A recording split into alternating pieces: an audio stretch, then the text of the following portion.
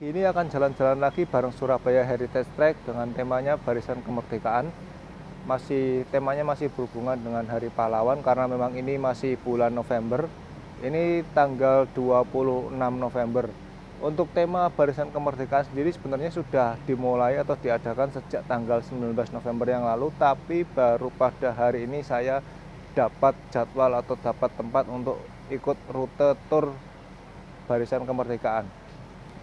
Ini base-nya sendiri sudah disiapkan dan mungkin sebentar lagi akan bisa masuk dan setelah itu akan berangkat untuk turnya. Lokasi yang akan dikunjungi pada tur dengan tema Barisan Kemerdekaan ini adalah Museum Hidup Polri yang jadi satu lokasi dengan Polrestabes Surabaya.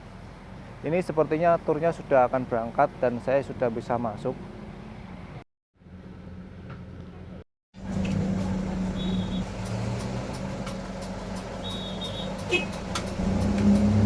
Oke, selamat pagi semua ya. Pagi. Oh, lebih semangat driver saya nih. Selamat pagi. Pagi. Selamat datang di Surabaya Heritage Track. Kita juga akan sedikit membahas tentang sejarahnya kota Surabaya. Nah, untuk pagi hari ini kebetulan kita masih melakukan tematik tour. Ada tour yang hanya akan dilakukan selama setahun sekali saja untuk memperingati Hari Pahlawan di kota Surabaya. Nah, pada saat kira kemerdekaan, semua organisasi tadi, baik PETA, HIHU, dan sebagainya, itu dilucuti semua senjatanya. Kecuali satu, polisi istimewa, atau yang di zaman Jepang dikenal dengan nama Tokubetsu Keisasutai.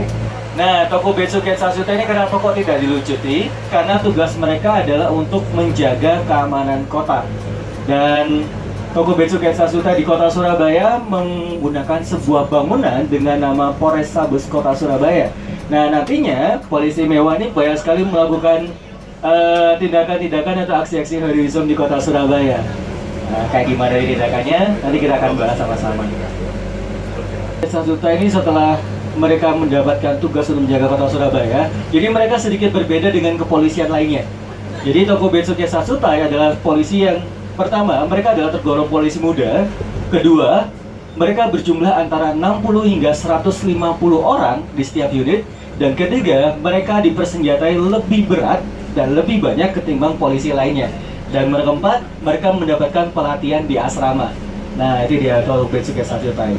Dan pasca kemerdekaan, polisi mewah di kota Surabaya mereka berkumpul dan memutuskan untuk menunjuk seorang tokoh yang bernama M. Yasin untuk menjadi kepala dari Tokubetsu atau Polisi Istimewa Kota Surabaya, dan mereka nanti merubah namanya jadi Polisi Republik Indonesia, Kepolisian Republik Indonesia, dan bertugas untuk menjaga Surabaya dan mempersiapkan apapun yang terjadi nantinya di Kota Surabaya, termasuk pertempuran 10 November. Nah, yang belum tahu, jadi Polrestabes Kota Surabaya ini dibangun pada tahun 1850 dengan nama Hofbiro van Polisi. Hofbiro van Polisi berarti kantor besar kepolisian. Di zaman Jepang jadi markas Tokubetsu atau polisi mewah, dan sekarang kita kenal dengan nama Polrestabes Kota Surabaya. Ini dulu kata polisi di zaman Belanda itu ada tulisannya. Komisariat. Lebih ke arah C dia berarti. Dan di sini memang banyak sekali hal-hal yang bisa kita lihat, bahkan dari luar pun sudah kelihatan. Di sana ada 2 buah meriam. Jadi meriam itu ditemukan di belakangnya JNP. Karena pada saat itu JMP adalah Alternative Konstruksi Winkel atau pabrik konstruksi persenjataan berat yang sempat dipindah ke Bandung. Sekarang posisinya ada di Malang, berganti nama dengan nama Pindad. Jadi Pindad atau Alternative Konstruksi Winkel sudah dibangun kota Surabaya pada tahun 1799. Dan kebetulan ini nanti kita akan melihat 3 meriam. Jadi 2 ada di Polrestabes Surabaya, 1 ada di Polsek Bubutan. Oh ya, depannya. Ini dan 1 di Bubutan. Meriam asli? Itu meriamnya yang dari depan atau yang dari belakang? Nembaknya? Bukan masukin. Ini dari depan gitu. Oh, masih yang dari depan. Dari awal gedung ini berdiri sebagai kantor polisi. Zaman Belanda dulu dijadikan kantor polisi dengan nama Politia Hofbiro Surabaya. Jadi, dulu dikenal dengan kantor polisi Belanda, pertama kali bangun. Jatuh ke tangan Jepang pun masih digunakan sebagai kantor polisi dengan nama Keisatsu Konsuk. Kemudian di zaman kemerdekaan menjadi Kowil 101 Sesama Stabuana, makanya itu bendera kita, Sesama Stabuana. Kemudian menjadi Polwiltabes Surabaya dan sekarang Polrestabes Surabaya. Jadi gedung ini dari awal sampai sekarang digunakan sebagai kantor polisi. Baik zaman Belanda, zaman Jepang maupun sekarang daerah Kesatuan Republik Indonesia. Ini lampunya berarti juga dari zaman. Oh ini bukan. Lampunya bukan. Oh enggak. Hanya kayunya ini di atasnya ini masih. Kirain lampunya juga keren. Kalau lampu yang ini masih ya. Yang ini yang bukan yang baru-baru ini. Oh oke. Orang Jepang. Iya. Di kantor polisi Jepang. Keisa Suwonso ya ada orang yang rekrut. Karena orang Madura nggak bisa bilang top hero jadi hero. Monggo di situ peninggalan.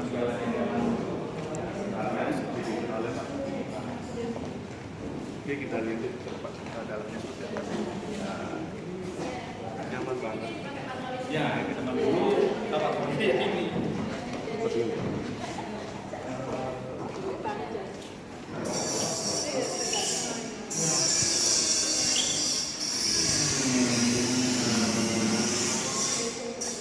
Inilah alat peralatan kedinasan. Yang di sini adalah senjata yang digunakan pada saat 10 November.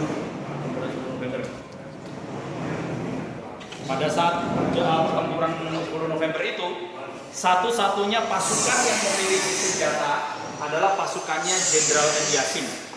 Wow. Jadi M. Yasin satu-satunya pasukan yang punya senjata itu dengan polisi istimewanya yang memiliki senjata pada saat pertempuran. Jadi cikal bakal dari kalau sekarang Brimob dulu adalah polisi istimewa, kemudian menjadi mobile brimob, menjadi mobile, sekarang jadi brimob. Inilah peninggalannya. Kena ngomong biru. Mobile.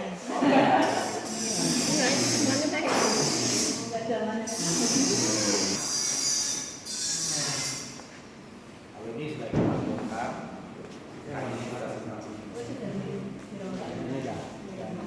Oh yang ini sudah. Sana masih orisinil. Hanya bawahnya aja. Yang ini sudah dirombak berarti. Yang bawah ya. Kayu. Oh ya.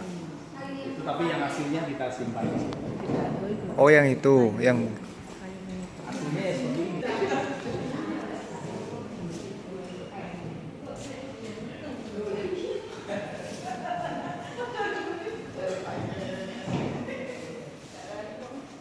Ini waktu menjadi Polrestabes yang waktu masih Polrestabes Surabaya.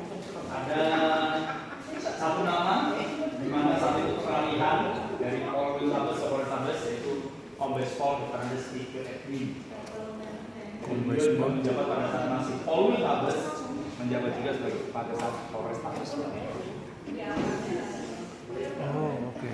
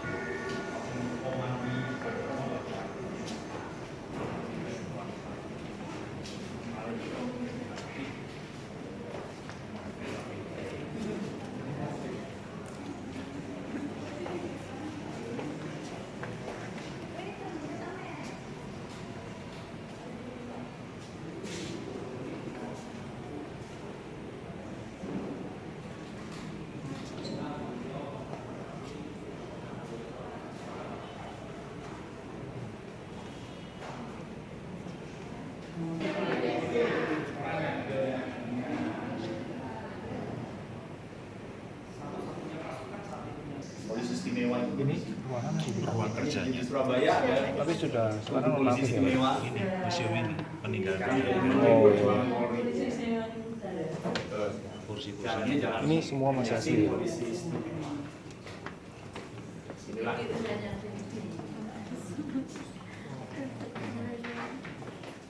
Nah inilah proklamasi polisi yang dideklarasikan oleh beliau Bapak Ahmad Yasin pada saat Agustus, setelah 17 Agustus beliau memproklamasikan ini, dan ketika 22 Oktober diikuti oleh deklarasi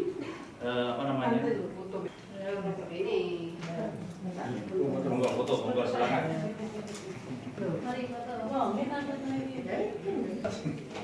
Apa?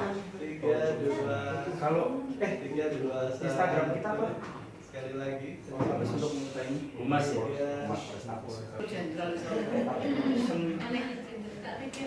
Humas ya. Nanti di luar juga ada peninggalan Jepang, peninggalan Belanda bukan Jepang, penjara bawah tanah.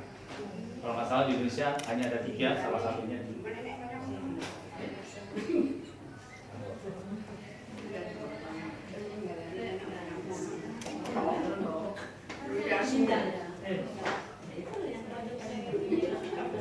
Ini hanya manekin aja Bu. Seragamnya pun seragam baru, model baru. Tapi untuk tanda kepakatannya sama. Ya. Ada. Warna nggak rasa no. Sekarang Masih SD soalnya. Monggo, mungkin kalau kita mau lihat penjara bawah tanah.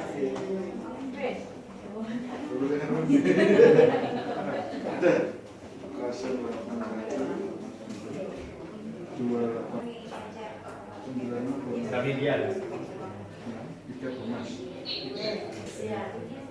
Surabaya, peninggalan Surabaya. 24 jam, 24 jam. Dokternya bukan.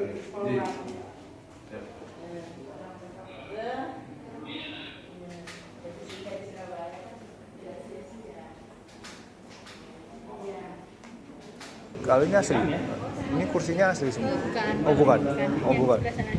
Oh yang tadi itu ya. Iya. Mantan Kapolri Surabaya yang pernah menjabat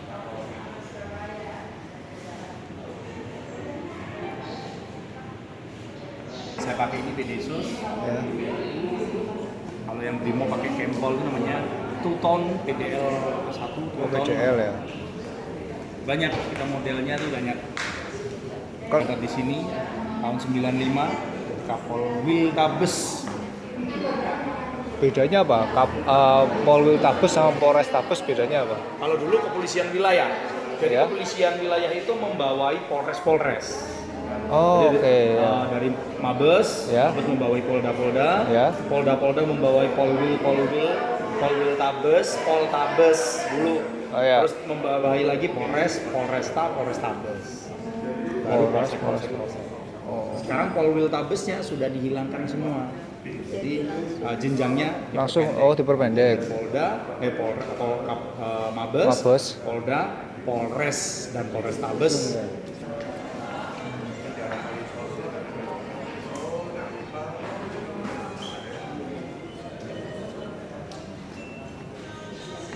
Ini kalau hari biasa bisa Pak.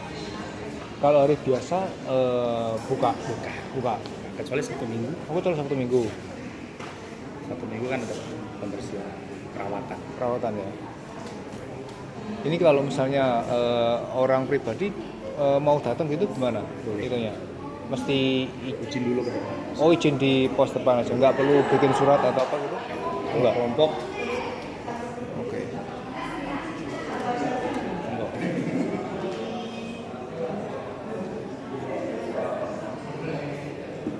Kalau berat itu sudah Bidang beras. Jepang gitu. Kalau di atas ini, dulu itu sempat digunakan untuk ruang intai gitu. Jadi ada ya seperti lubang-lubang. Kalau dilihat dari luar itu ada lubang-lubang, jadi itu digunakan untuk suatu intai pada dulu perang.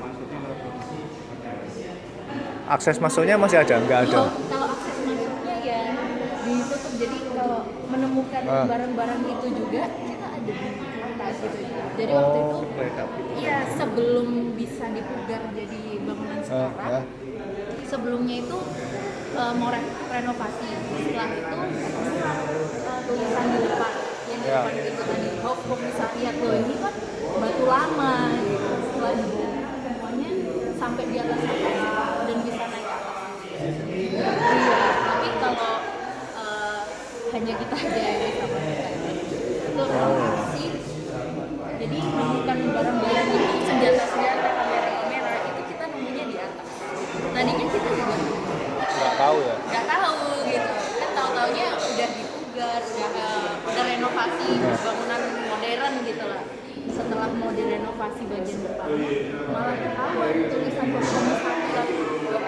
Akhirnya dibongkar semua, jadinya ya seperti ini.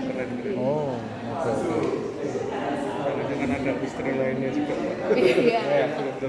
Mungkin karena sudah terlalu lama, makanya banyak orangnya dan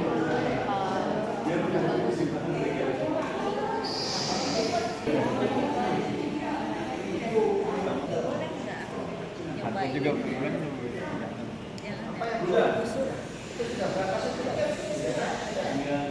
lihat dong tasnya, tas posmen.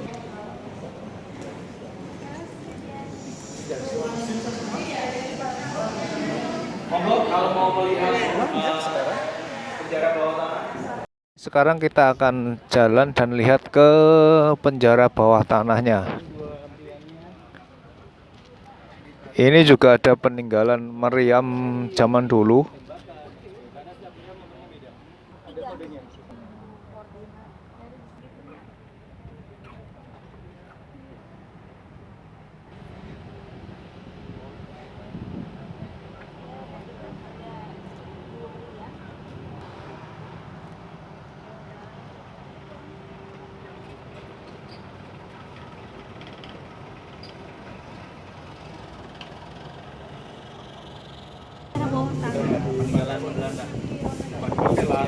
Sering kesini tadi Nanti belok kiri, perempatan kiri lagi lampu merah sana. Ada warkop di sini. Ada warkop. Nanti di tengah-tengah di sebelah sana. ada kafe. Orang Pak. Yang jelas ini untuk orang-orang pribumi yang waktu itu melawan Belanda masuk di sini. Dan rata-rata sesuai dengan cerita tidak ada yang keluar lagi. Nggak dikasih makan emang Pak? Nggak tahu juga di sini kan tembusnya ada yang bilang ke Kali Sosok. Tapi belum pernah ada yang nyoba ya Pak ya? Kalau mau nyoba monggo. Ada. Ya. Di sana ada penjara berdiri, ada sel berdiri, ada sel jongkok. Tapi karena sudah tidak sesuai dengan Bongkar. zaman dan tidak berperi kemanusiaan, maka diratakan dengan tanah, dijadikan lahan parkir. Untuk tahanan sekarang dipindah ke belakang. Oh, Tahanan jadi sekarang dipindah. lahan parkir ini dulu penjara. Iya, dulu di penjara. Ini juga masih orisinil yang belakang.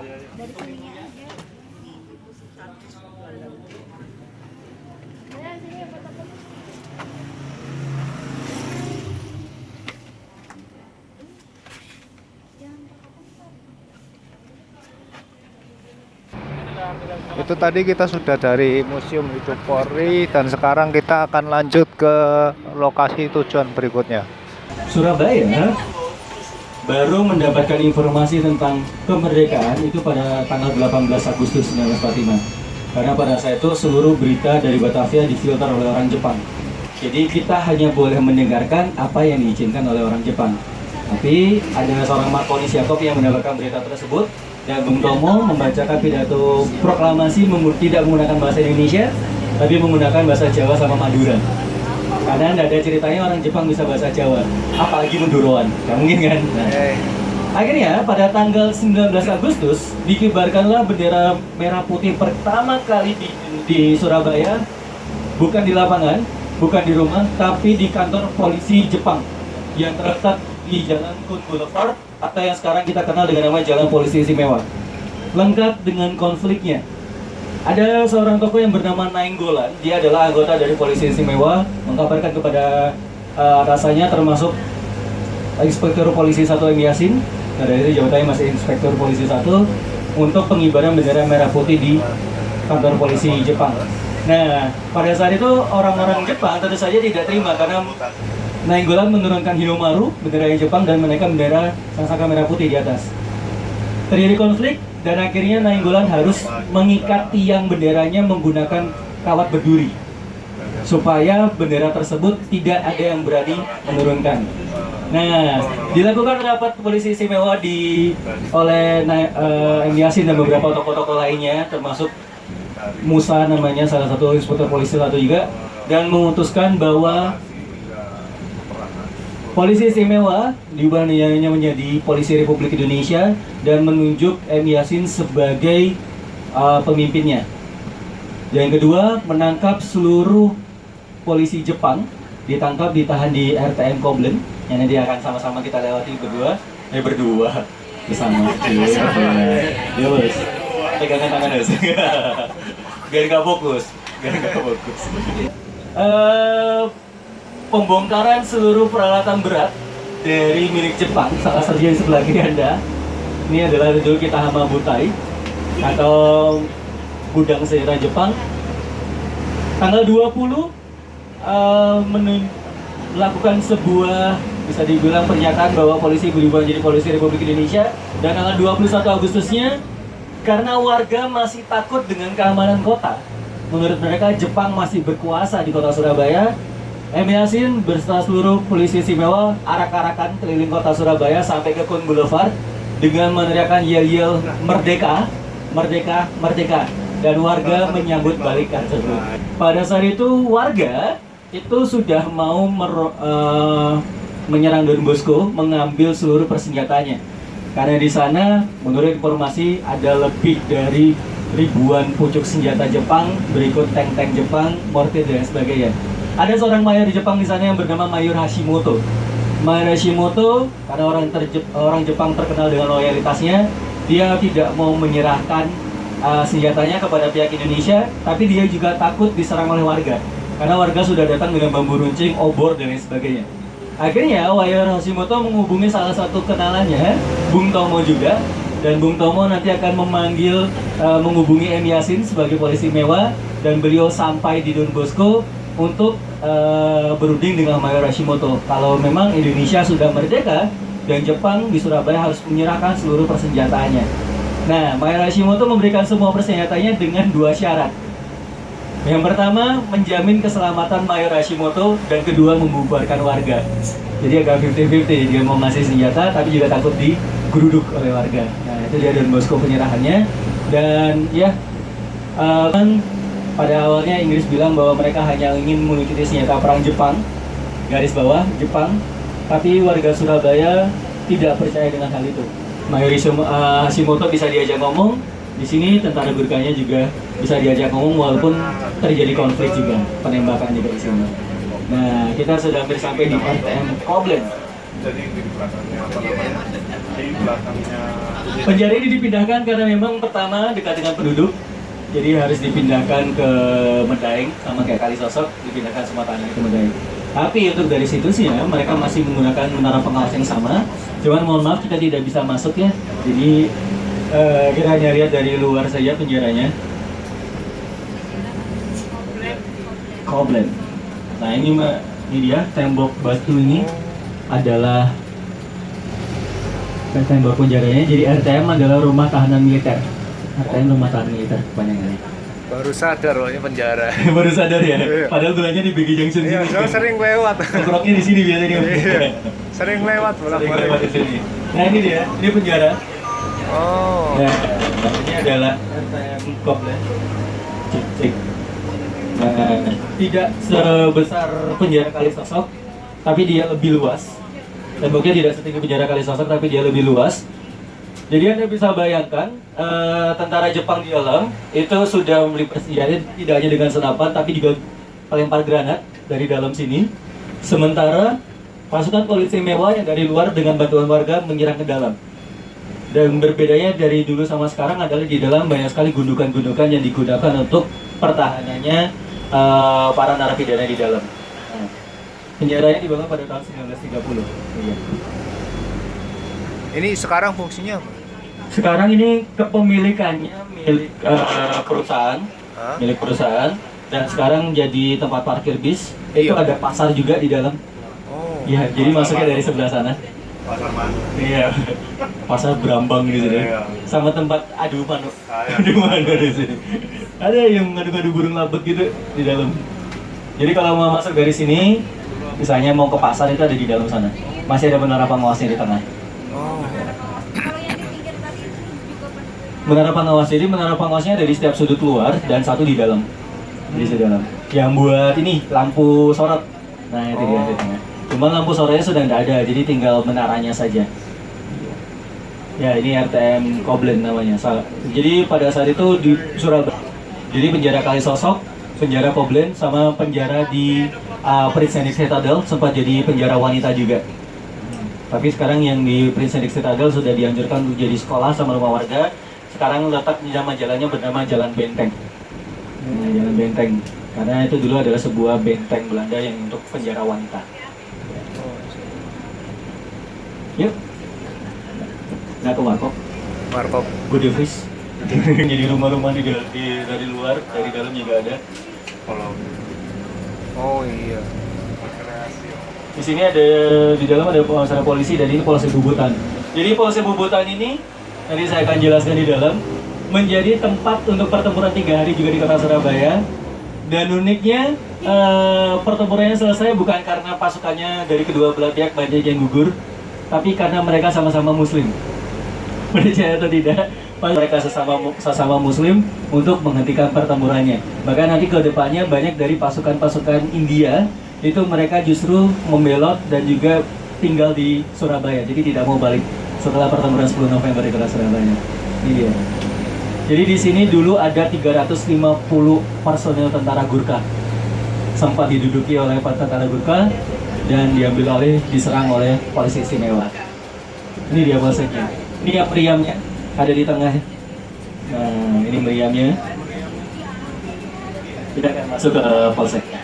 Sekarang kita ada di tujuan terakhir dari rute jalan-jalan bareng Surabaya Heritage Track. Ini di Polsek Bubutan. Rute kedua tadi kita hanya lewat di sekitar rumah tahanan militer atau penjara Koblen.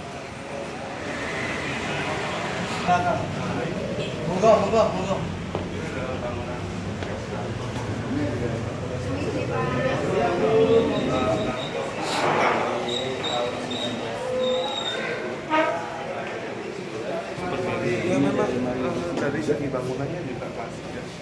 Nah, jadi untuk tempat kunjungan kedua selama datang di Polsek Bubutan. Jadi Polsek Bubutan merupakan kebetulan kantor dinasnya Yasin pertama. Oh, Jadi dia oke. dapat di Polsek Bubutan. Pertama dinas di sini. Pertama dinas di sini. Terus dan dari segi historisnya tempat ini juga, lepas ini juga pernah jadi titik pertempuran antara pasukan Gurkha yang ada di sini dengan warga serta polisi India yang ada di depan. Nah, pertempurannya selesai karena memang secara persuasif polisi India meminta untuk tentara Gurkha menyerah. Yuk kita ke atas yuk. Kebetulan nih beberapa sudut bangunan juga masih asli, termasuk tangganya, serta lantainya.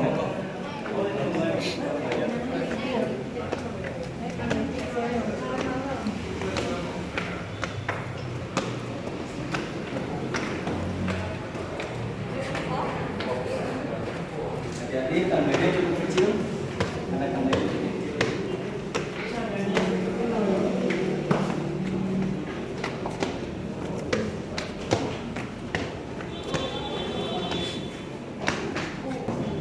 Entah lantainya untuk penyimpanan arsip atau memang untuk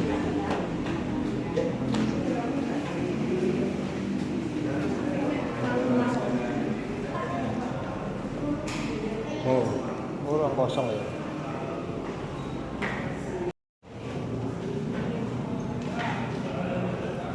dari segi bangunan, ruangan ini memang untuk ruang pertemuan tersebut dan memang dari pihak Polsek Bubutan masih mempersiapkan ini sebagai tujuan wisata yang bahwa untuk ada meja besar dan di sesi buka seperti ruang rapat yang berdiskusi.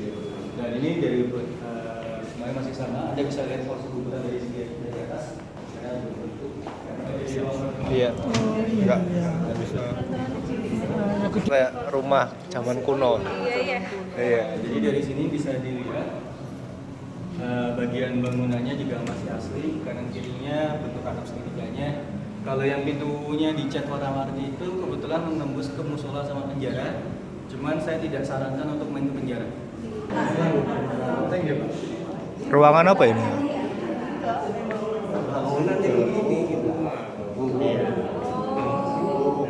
Oh, bisa naik ke atas berarti. Buat naik ke loteng ya? Itu biasanya. Gudang biasanya. Kosong ya Pak ya? Dulu buat gudang. Gudang. Oh, ini langsung genteng ya? Langsung genteng. Ini kalau hari biasa ruangan apa? Kosong memang? Ruangan ini memang kosong? Kosong. Oh, kosong? Kosong. Oh. Enggak dipakai rapat atau apa gitu? Enggak. Kalau di bawah banyak. Oh. Ini kan sekelas polsek lah. Iya, iya. Kan ruangan kosong. Iya. Kalau ini apa? Kosong juga?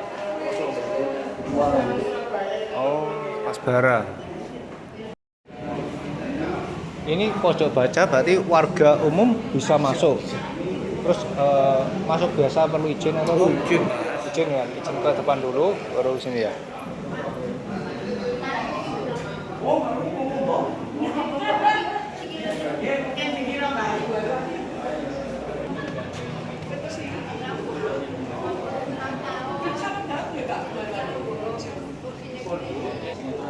Masuk penjara itu bukan.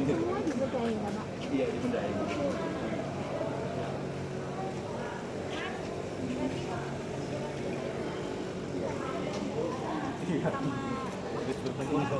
Benar. Jadi ada masjid sendiri, kalau masjid di dalam. Jadi mereka persuasifnya adalah mendekatkan secara agama. Karena kita sesama umat Islam tidak boleh saling membunuh. Ya, selesai pertemuan. Tapi itu yang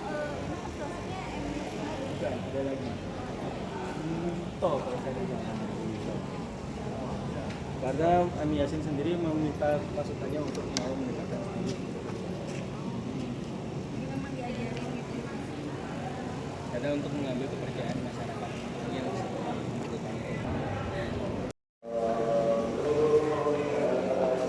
Ini kita mau lihat ke ruangan yang dulunya dipakai sebagai penjara.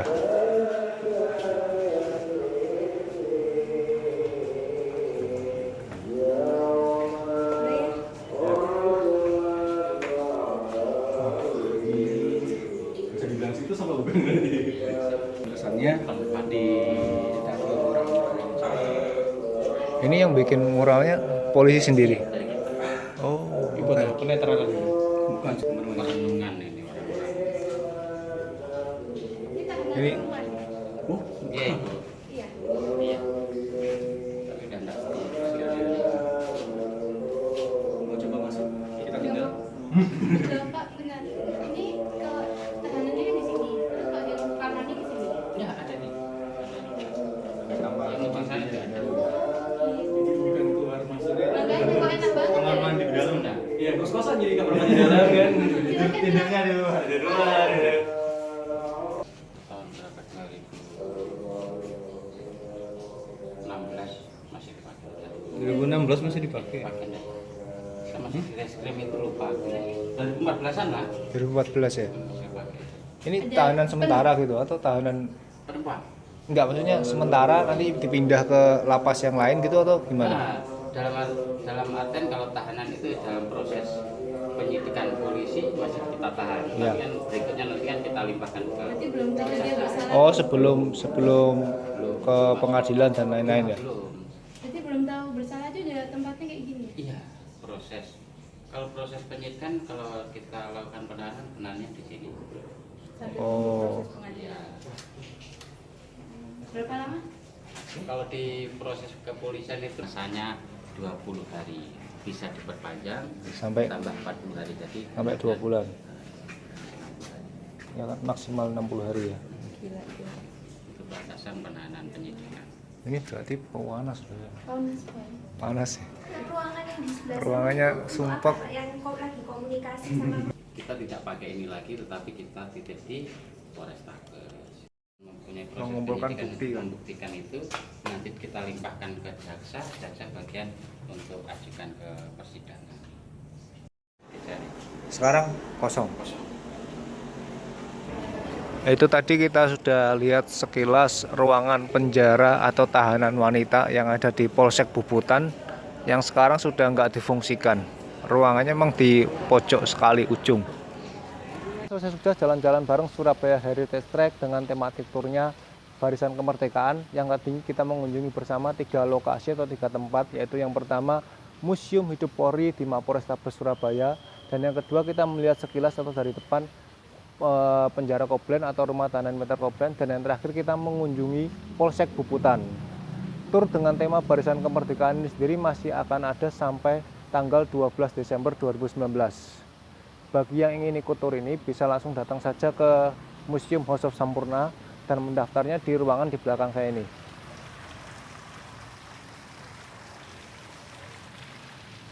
Oke, saya akan akhiri sampai di sini vlognya, dan terima kasih sudah menonton sampai akhir. Jangan lupa untuk komen, like, share, dan subscribe ya.